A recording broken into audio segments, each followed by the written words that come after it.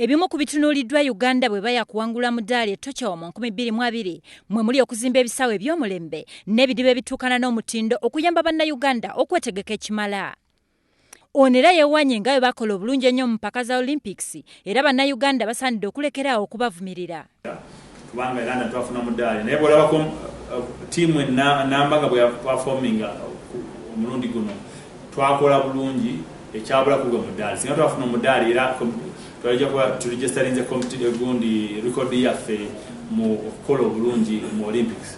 So abazanyi baffe tubeebaza nnyo okulaba nti bagenda bafaayo nnyo nga bo okutraininga ne beteekamu ssente ne bateekamu obudde okulaba nti bakola obulungi bwe batyo. Wabula era akkiriza nti wakyaliwo okusomoozebwa kunene eri Uganda ng'eggwanga ku bikwatagana n'ebyemizannyo.